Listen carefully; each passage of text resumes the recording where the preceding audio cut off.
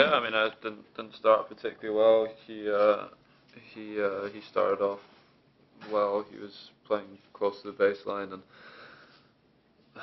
I've always found that court tricky to play on. I've had a lot of tough matches on it, and yeah, it took me a while to get used to it. I think when the conditions slowed down a bit, when it started to get a bit darker, that helped me. But yeah, obviously didn't get off to the best of starts. When you're set 5-1 down, do you call on that massive experience that you have now of difficult situation, know you can get yourself out of it, or are you just so mad with yourself you have to fight to get that clarity? I think if you're very angry at setting 5-1 down, you're probably not going to be able to think of a way to get yourself back into the match. I was more frustrated at the end of the first set when I got myself back into it 4-3 and then lost serve the next game. But then yeah, I started thinking a little bit more. He got nervous towards the end of that set once I got one of the breaks back, which helped me. And then yeah, I played, from 5-all in the second set. I played a great match after that. What did you do specifically to change things up? It looked like he was afraid to come to the net. Was that part of your game plan after being down 5-1 in the second? Was what part of my game plan? Making him come to the net more. It seemed like he was definitely afraid to leave the baseline and come up to the net. No, I think when you play against guys of his size, keeping the ball low is more important. You don't want to bring them necessarily into the net. They have a big reach up there, and it's not on this court especially. It's not easy to bring guys forward. So no, I tried to dictate the points from the baseline. I played closer to the baseline.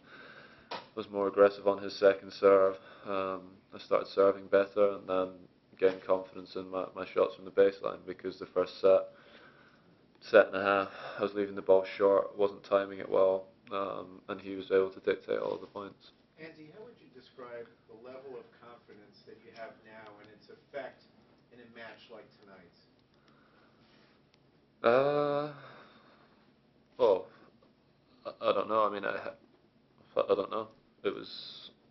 I don't think it was necessarily down to my confidence how I won the second set. I think he got nervous. That was the main difference. I did start playing better towards the end of the second set, and because I was in it, I started to feel like the momentum was with me. But I think it wasn't necessarily through my great play in the second set why I got back into it. But after that, I was hitting the ball much better, and I felt confident at the end of the match. I was returning well, serving well, and moved a lot better at the end. And it was good to finish like that, obviously.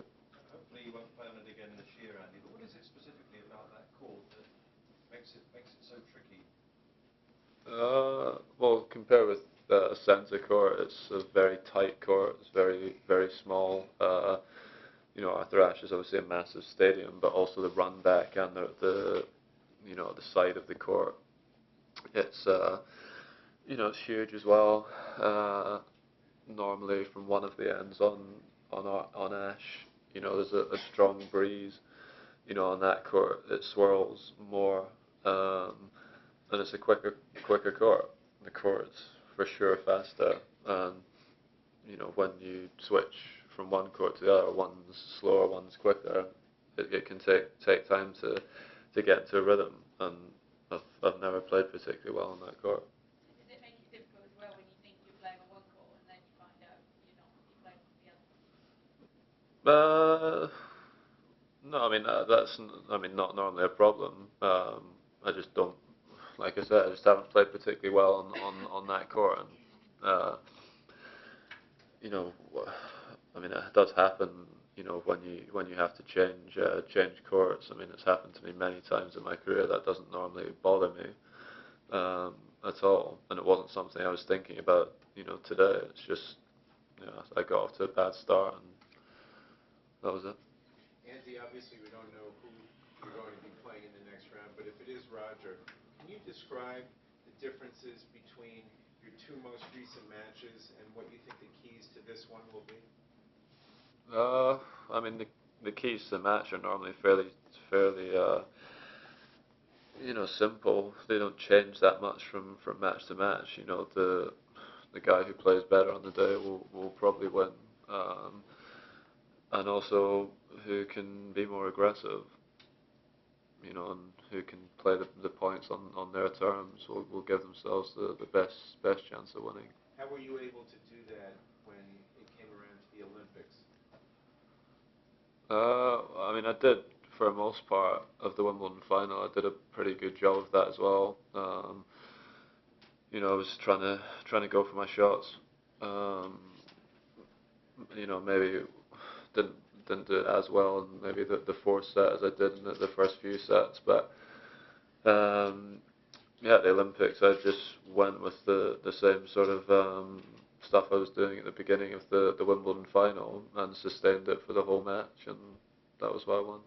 Your turnaround in today's match kind of coincided with the crowd filtering in from the Roddick match into Armstrong. Did you feel that energy from the crowd as well coming? Yeah, I mean, it definitely got much louder and felt, more like, the quarterfinals of a slam. The crowd was almost full by the end of it, and I mean, I'm sure all players enjoy, playing in front of, a big crowd. That's not, a reason to get off to a bad start though. You have to be able to create your own atmosphere